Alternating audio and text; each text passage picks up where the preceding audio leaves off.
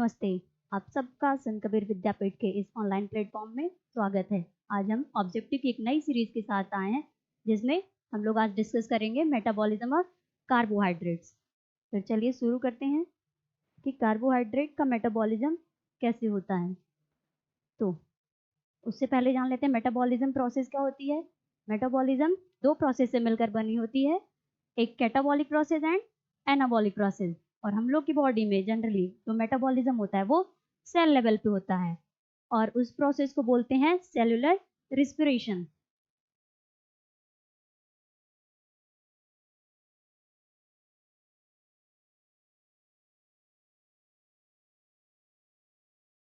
Cellular respiration के process के माध्यम से हम लोग हमारे जितने भी बायोमोलिक्यूल्स होते हैं, कार्बोहाइड्रेट हो, लिपिड हो, फैट हो, उन सब बायोमोलिक्यूल्स को एनर्जी के फॉर्म में कन्वर्ट करने की प्रोसेस होती है सेलुलर रेस्पिरेशन।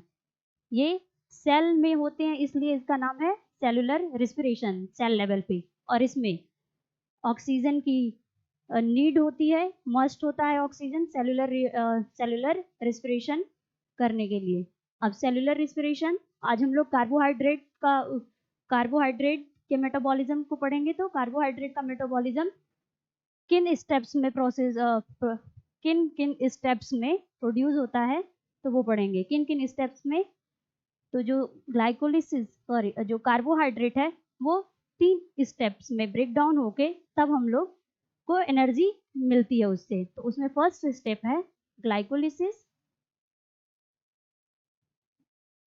सेकंड है क्रेब्स साइकिल एंड थर्ड है ETS, इलेक्ट्रॉन ट्रांसपोर्ट सिस्टम। ये 3 स्टेप्स होते हैं सेलुलर रिस्पिरेशन। जब किसके कार्बोहाइड्रेट का जब रेस्पिरेशन सेल लेवल पे हो रहा होता है या उनका ब्रेकडाउन होता है तो वो 3 स्टेप्स में कंप्लीट होता है। फर्स्ट है glycolysis, second Krebs cycle and ETS। अब ग्लाइकोलिसिस की जो प्रोसेस है वो 2 पार्ट में डिवाइड होती है। फर्स्ट पार्ट को बोलते हैं प्रिपरेटरी फेज और सेकंड पार्ट को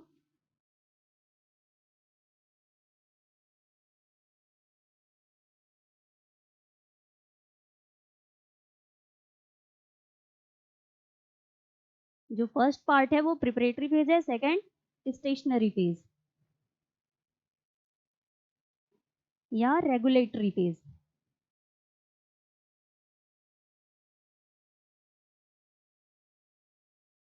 प्रिपरेटरी फेज में कोई भी glucose molecule break down prepare होता है कि अपने 6 कार्बन मॉलिक्यूल्स को 3 कार्बन मॉलिक्यूल्स में तोड़ने के लिए।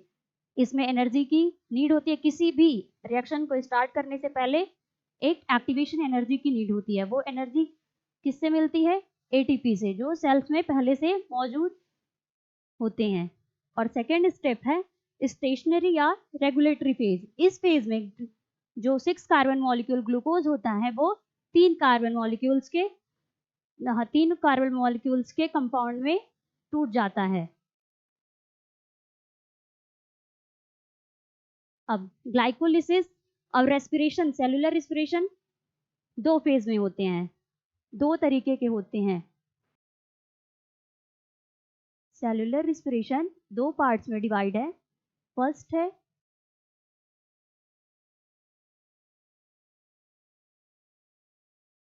एरोबिक रिस्पिरेशन एंड सेकेंड है एनएरोबिक रिस्पिरेशन। एरोबिक रिस्पिरेशन में हमेशा हमको ऑक्सीजन की नीड होगी। बिना ऑक्सीजन के एरोबिक रिस्पिरेशन एग्जिस्ट नहीं करेगा। इसमें ऑक्सीजन मस्ट होता है प्रेजेंट होना। और सेकेंड है एनएरोबिक रिस्पिरेशन, इसमें ऑक्सीजन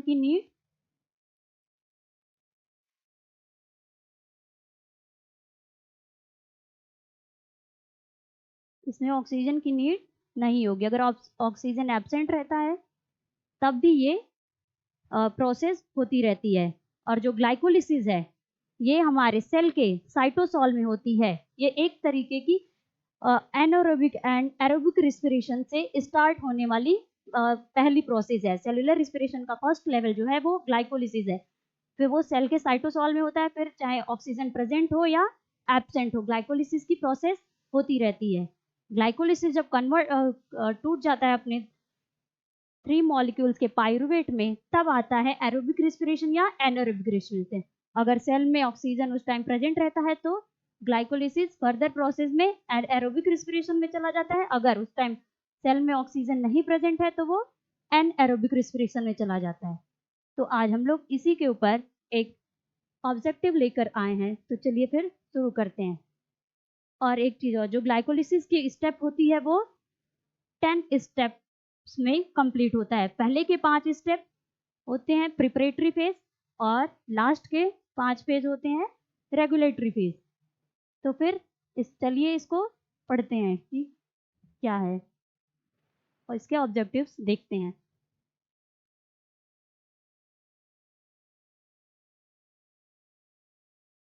पहला क्वेश्चन है, which enzyme catalyse the first step of glycolysis. Glycolysis की जो फर्स्ट स्टेप होती है वो कौन सी एंजाइम के द्वारा कैटालाइज होती है? अगर सेल्स में हेक्सोकाइनेज एंड ग्लूकोकाइनेज 2 टाइप के एंजाइम्स प्रेजेंट होते हैं, तो वहां पे हम लोग का ये क्या करते हैं, हेक्सोस शुगर को एक एक्टिवेशन एनर्जी प्रोवाइड कराते हैं, जिससे वो आगे के रिएक्शन के लिए जुड़ जाता, मतलब आगे के रिएक्शन के लिए प्रोड्यूस हो सके। तो हम लोग का ऑप्शन ए सही है। जनरली बहुत कम सेल में ग्लूकोकाइनेज होते हैं, इसलिए हम लोग ग्लूकोकाइनेज एंजाइम का नाम नहीं लेते हैं, लेकिन हेक्सोकाइनेज सारे सेल्स में प्रेजेंट होते हैं, इसीलिए हम लोग ये, क्योंकि और सारे हेक्सो शुगर पे इनका काम वर्क करते हैं ये सारे। ग्लाइकोलिसिस के फर्स्ट स्टेप में क्या होता है, जो ग्लूकोज मॉलिक्यूल होता है उसमें एक फॉस्फेट ग्रुप आके अटैच हो जाता है। कौन से कार्बन पे? 6 कार्बन पे। तो फिर क्या बन जाता है, ग्लूकोज 6 फॉस्फेट। और एंजाइम कौन सा है, ग्लूकोकाइनेज या हेक्सोकाइनेज। एंड सेकंड है,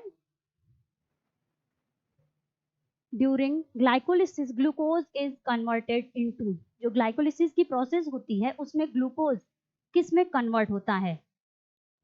तो जो स्टेशनरी फेज या रेगुलेटरी फेज होती है उसमें ग्लाइकोलिसिस 3 मॉलिक्यूल ऑफ कार्बन में टूट जाता है, तो वो उसका नाम है पाइरुवेट। इसमें एनर्जी पाइरुवेट में लास्ट स्टेप, ग्लाइकोलिसिस की जो लास्ट स्टेप होती है वो होती है पाइरुवेट में ग्लूकोज का कन्वर्जन। पाइरुवेट एक 3 कार्बन का मॉलिक्यूल होता है, तो हम लोग का सही ऑप्शन है पाइरुवेट। और एसिटिल कोएंजाइम वो है जब एरोबिक रेस्पिरेशन से पहले एक और केमिकल प्रोसेस होती है, उसमें पाइरुवेट एसिटिल कोएंजाइम में कन्वर्ट हो जाता है। क्रेब्स साइकिल से पहले होने वाली प्रोसेस और ग्लाइकोलिसिस के जस्ट बाद होने वाली प्रोसेस में एसिटिल कोएंजाइम ए का फॉर्मेशन होता है। और ये ऑक्सैलो एसीटेट एंड साइट्रेट, ये क्रेब्स साइकिल में होने वाले स्टेप्स में आते हैं। फिर अगला क्वेश्चन देखते हैं, in glycolysis ATP is generated during which step. Glycolysis में एटीपी किस स्टेप में प्रोड्यूस होता है? तो फर्स्ट ऑप्शन है ग्लिसरल्डिहाइड 3 फॉस्फेट डिहाइड्रोजिनेज, सेकेंड है फॉस्फोप्रोक्टोकाइनेज, थर्ड है पाइरुवेट काइनेज एंड फोर्थ है हेक्सोकाइनेज। तो जो ग्लाइकोलिसिस की प्रोसेस होती है उसमें एटीपी जनरेट करने वाला प्रोसेस होता है पाइरुवेट काइनेज। इसमें एडीपी मॉलिक्यूल एक फॉस्फेट ग्रुप अटैच कर लेता है और तब वो एटीपी में कन्वर्ट हो जाता है, तो हम लोग का सही ऑप्शन है पाइरुवेट काइनेज। अगला क्वेश्चन है, which of the following is not a product of the pentose sugar pathway.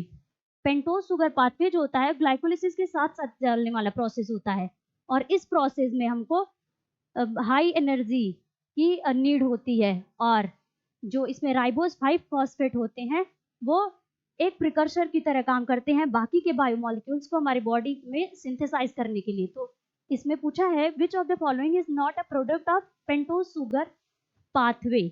Pentose sugar pathway में इन सब में कौन सा प्रोडक्ट नहीं होता है? तो हम लोग का सही ऑप्शन है एटीपी। एटीपी एनर्जी की सबसे कॉमन फॉर्म होती है, लेकिन NADPH में हाई एनर्जी प्रोड्यूस होती है, बाकी राइबोज राइबोज 5 फॉस्फेट एक प्रिकर्सर की तरह काम करते हैं अदर बायोमॉलिक्यूल के फॉर्मेशन के लिए। नेक्स्ट क्वेश्चन है, the conversion of pyruvate to acetyl coenzyme A occurs in the, जो ग्लाइकोलिसिस का last product pyruvate acetyl coenzyme A में हमारे सेल में किस बॉडी हमारे सेल के किस सेल ऑर्गेनेली में होता है? तो इसमें हम लोग का सही ऑप्शन है माइटोकॉन्ड्रियल मैट्रिक्स में। जो ग्लाइकोलिसिस की प्रोसेस होती है वो सेल के साइटोप्लाज्म में होती है, फिर अगर उसको आगे जाना हो तो वो माइटोकॉन्ड्रिया में जाएगी, वहां पे ग्लाइकोलिसिस फिर एसिटिल कोएंजाइम ए में कन्वर्ट होगा और माइटोकॉन्ड्रिया के मैट्रिक्स में। ये प्रोसेस कहाँ होती है? माइटोकॉन्ड्रिया के मैट्रिक्स में। साइटोसॉल में क्या होता है? हमारा ग्लाइकोलिसिस। और एंडोप्लाज्मिक रेटिकुलम हम लोग का राइबोसोम्स या प्रोटीन की सिंथेसिस में हेल्प करता है। अगला क्वेश्चन है, the Krebs cycle occurs in. अब क्रेब्स साइकिल हम लोग के किस सेल ऑर्गेनेली में होती है? या फिर तो सही ऑप्शन है यहाँ पे फर्स्ट है साइटोसॉल। साइटोसॉल में ग्लाइकोलिसिस की प्रोसेस होती है। माइटोकॉन्ड्रियल मैट्रिक्स, इसमें पायरुवेट का भी कन्वर्जन होता है, क्रेब्स साइकिल भी इसी में होती है, और ईटीएस की प्रोसेस भी हमारे माइटोकॉन्ड्रिया में ही होती है। तो हम लोग का सही ऑप्शन है option B mitochondrial matrix. Krebs cycle जो होता है हमारे माइटोकॉन्ड्रिया के मैट्रिक्स में होता है। नेक्स्ट क्वेश्चन है, how many molecules of ATP are produced from complete oxidation of 1 mole of glucose via glycolysis and the Krebs cycle. Cellular respiration अगर पूरी तरह से कंप्लीट हो चुका हो कार्बोहाइड्रेट का, अगर मान लीजिए ग्लूकोज का, तो इससे हमको कितनी अमाउंट में एनर्जी या कितने मोल्स कितने मॉलिक्यूल्स ऑफ एटीपी मिलते हैं? तो हम लोग का सही ऑप्शन है तीनों प्रोसेस, ग्लाइकोलिसिस हो चुकी है,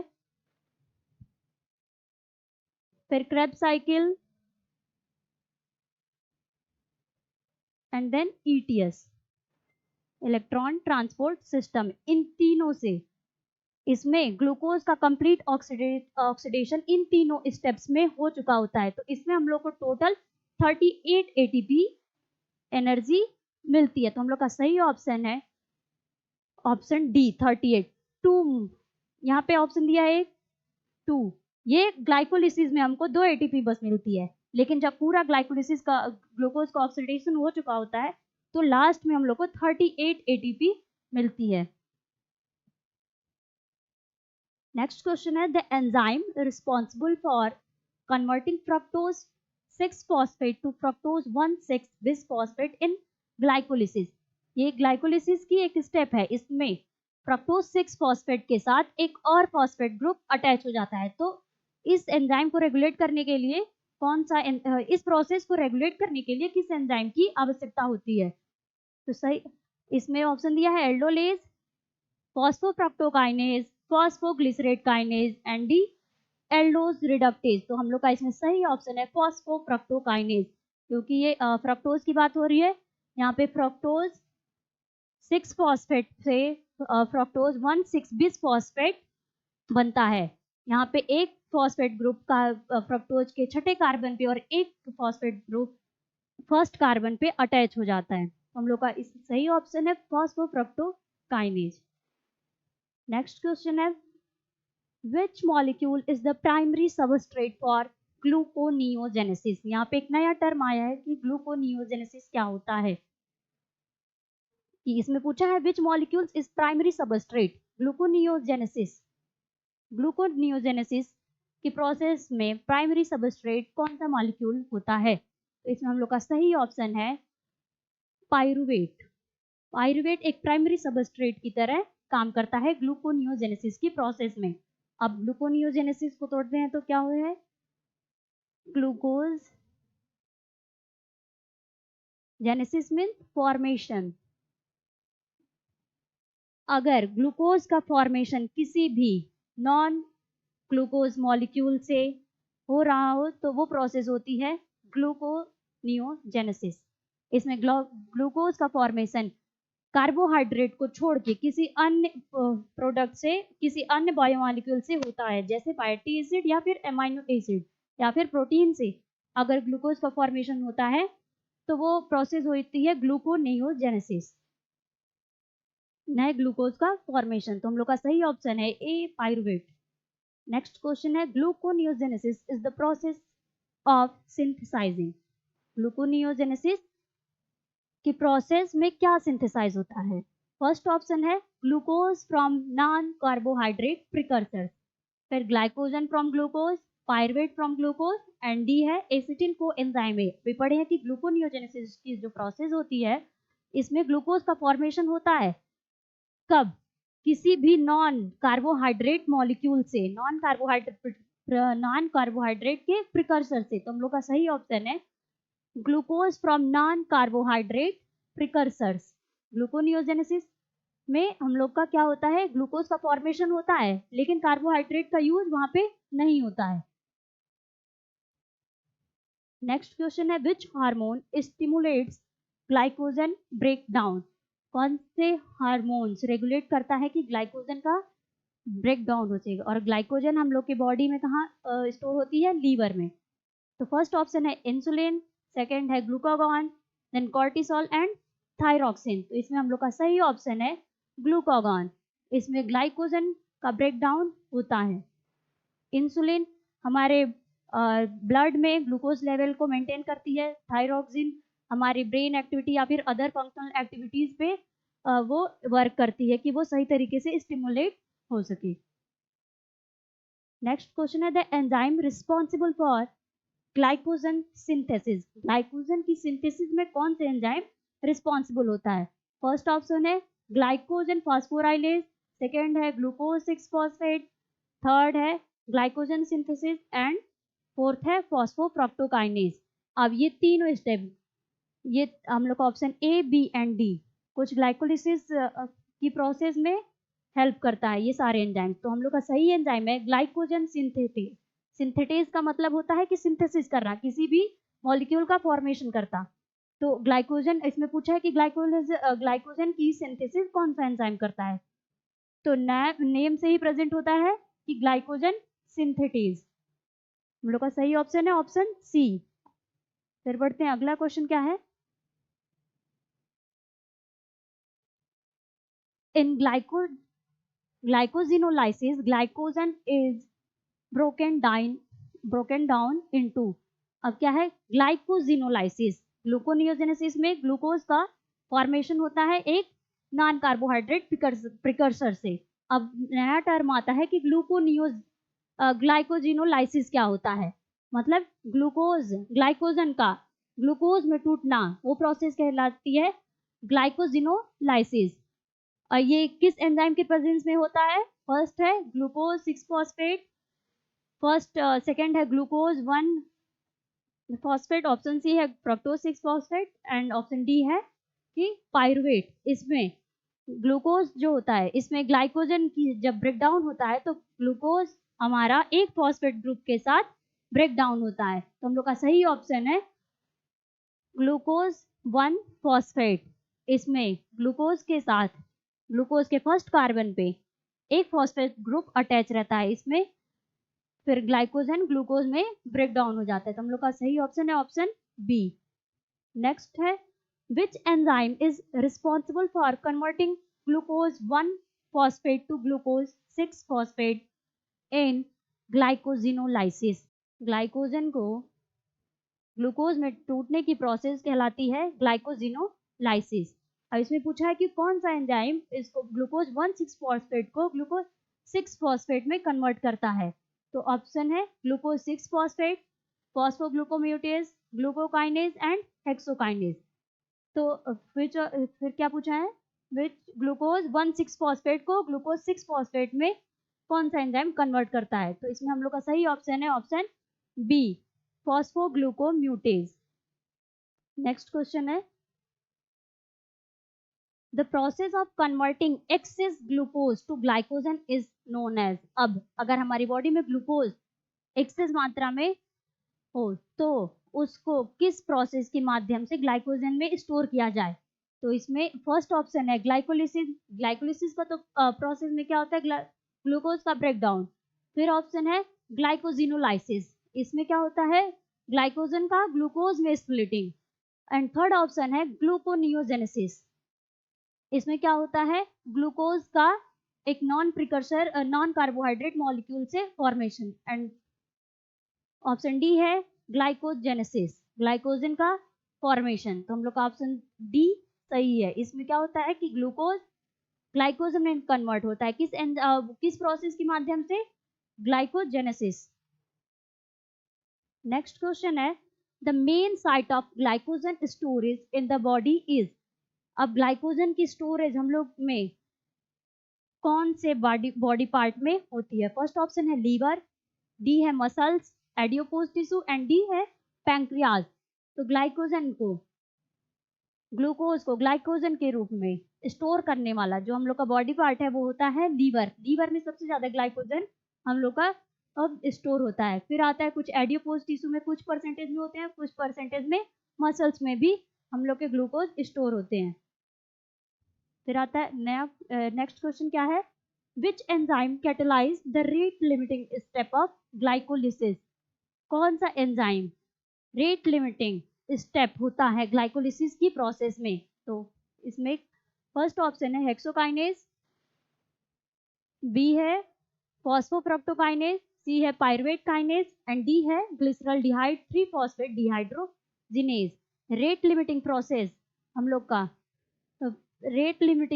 हम लोग का फॉस्फोफ्रक्टोकाइनेज में होता है। इसमें क्या होता है कि फ्रक्टोज 1,6 फॉस्फेट में एक और फॉस्फेट ग्रुप अटैच हो जाता है। तो क्या होता है इसमें, फ्रक्टोज 1,6 बिस फॉस्फेट का फॉर्मेशन होता है। तो इसमें रेट लिमिटिंग प्रोसेस जो होती है किस एंजाइम के माध्यम से होती है, वो है फॉस्फोफ्रक्टोकाइनेज। ऑप्शन बी लोग का सही है।